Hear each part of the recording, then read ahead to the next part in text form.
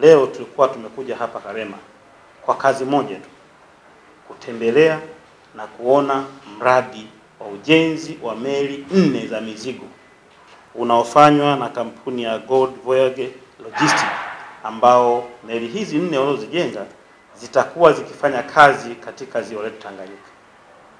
Meli hizi 4 ambazo zimeanza kujengwa tarehe 1 mwezi wa 4 mwaka 2025 zinakusudiwa kukamilika ndani ya miaka 2. Na kwa maelezo walikuwa wanafanya presentation pale, wametuambia mwakani by mwezi wa 7 zitakuwa zimekamilika. Kwa hiyo niwashukuru sana kwanza TPA kwa usimamizi mzuri wa kazi ambayo mnaifanya, lakini kuratibu mazungumzo haya ambayo yameendelea mpaka kumpata mwekezaji huu. Shukuru salamu kwa mkurugenzi mkuu na timu nzima ya management kwa niaba ya wizara, kwa kweli wanafanya kazi nzuri sana. Lakini pia niwashukuru wawekezaji kwa kazi ambayo wameshaanza kuifanya. Tumetembea, tumeona sisi wote, tumefurahishwa na kazi ambayo inafanyika. Tunajenga bandari ya Dar es Salaam, maboresho mbalimbali yanaendelea kufanyika kwa zaidi ya dola milioni 421. Tanga zaidi ya bilioni 429. Ukienda Mtwara takriban bilioni 157.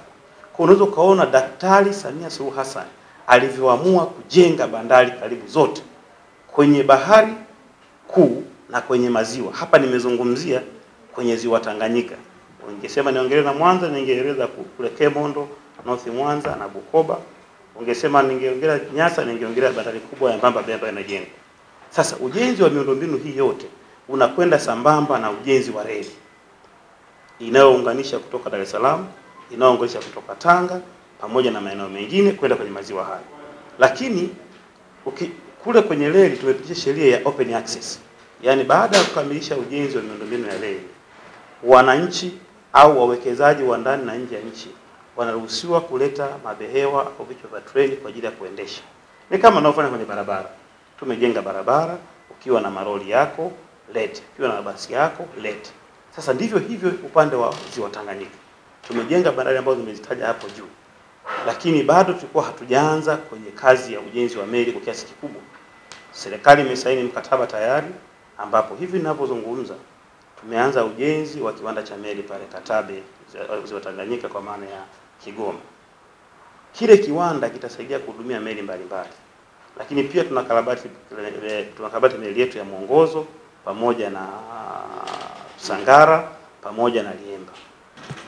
Miwili ni ya upangishaji wa eneo wanaolitumia kujenga meli, na TPA itapata kiasi cha shilingi dola milioni 158,000 kwa miaka hiyo miwili watakuwa wanalipia kwa kutengeneza meli hapa. Faida zake ni nini? Uwekezaji huu, hawa ni kampuni tanzu ya kampuni nyingine ambayo inatokea China yenye migodi kule Manono za Kongo DRC. Wanataka watengeneze meli hapa ambazo zitafanya kazi ndani ya ziwa Tanganyika, lakini wakisafirisha shehena ya madini kutoka Manono. Kwa hiyo hapa wanajenga meli, lakini zitakuwa zinaenda Kalemi na maeneo mengine, lakini muhimu sana ni kuvutia shehena. Na shehena hii itapitia bandari ya Kigoma, itaenda Dar es Salaam na Tanga. Kwa hiyo tunategemea kuwa na shehena kubwa zaidi ya madini ya kimkakati, wanasema wataalamu, kupitia nchi yetu ya Tanzania na kupitia bandari zetu. Na hivyo tutapata faida kubwa kwa sababu biashara utaratibu huu utachechemua biashara katika maeneo yanayozunguka ziwa Tanganyika na sehemu zote zinazopita reli ya kati kutokea Kigoma, kwa maana ya reli ya kawaida MGR tunaita na reli ya SGR ikikamilika. Ili kuwa mwanafamilia bora wa Global TV, usisahau kusubscribe, like, kushare na kucomment.